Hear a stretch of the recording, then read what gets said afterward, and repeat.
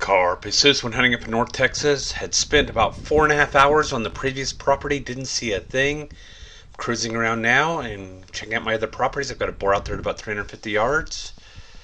And I'm already on the property at this point. I've come through the fence and I'm now in the middle of my stalk. And I'm thinking the boar is going to come out of the fence on the right hand side, and he's taking a turn towards me. He's coming down the fence line. That is not what I expected and not really what I wanted, because I don't want to be shooting through this brand new fence. I say brand new, it's this year's fence. So I'm going to move over to the fence so I'm not shooting through the fence, and I'm going to be shooting my Lone Star Armory TX15 multi-purpose curbing enhanced and 6.5 brindle. And on top of that, I've got a Bearing Optics Super Yoder LRF through which I'm getting video. All of the 2024 Super Yoders and Super Hogsers now have extended warranties. And I'm going to be shooting some Federal TNT bullets loaded by Druid Hill Armory and the Starline Brass, and all that's going to be mounted on my Manbily tripod and ball head that I'll be talking about later. Alright, during this time I've been checking over the fence. I'm making sure that the muzzle is not actually covering one of the fence wires. I'm above the fence wires, which is good. And I'm not aiming at a post, and I'm just waiting for the hog to move into the clear. Right now the hog's out there at about 140 yards. So I keep double checking with the fence to make sure that the muzzle's not pointed at one of the wires. The hog slowly comes forward.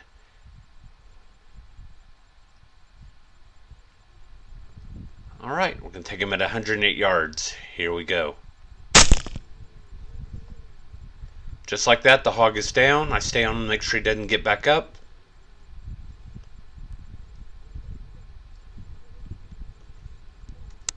And he's definitely down. One of the nice things about being brand new is being brand new and shiny, and I could see this fence in the dark. Brass Catcher by Tactical Brass Recovery. My boar came in at 220 pounds.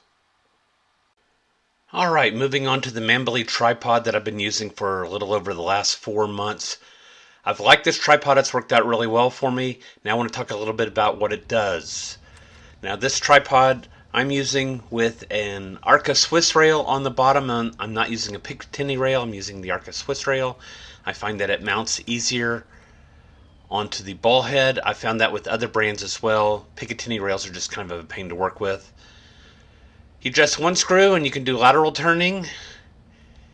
You adjust the other screw and it frees up the ball head.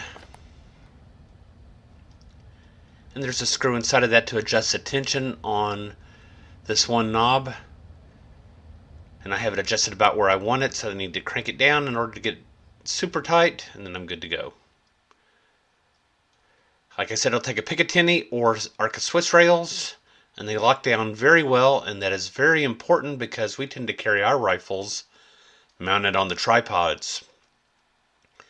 So you don't want your rifle falling off the tripod. It needs to have a mount that is secure, and the Manbily mount has done very well, in this case working with the Arca Swiss rail.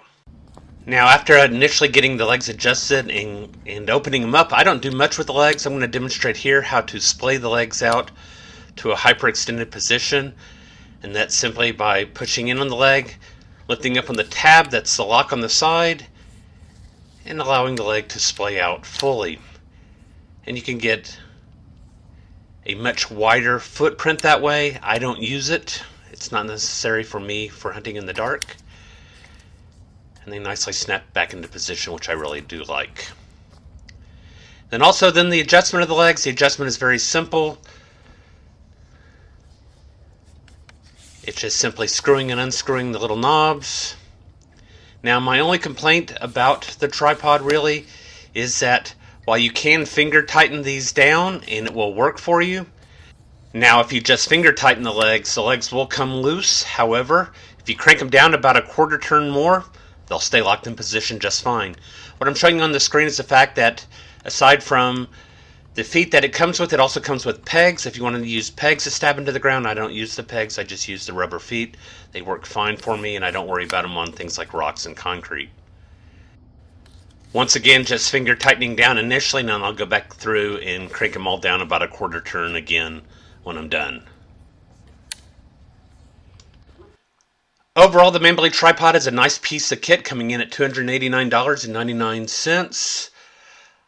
I've enjoyed using it for the last 4 months and I will continue to use it.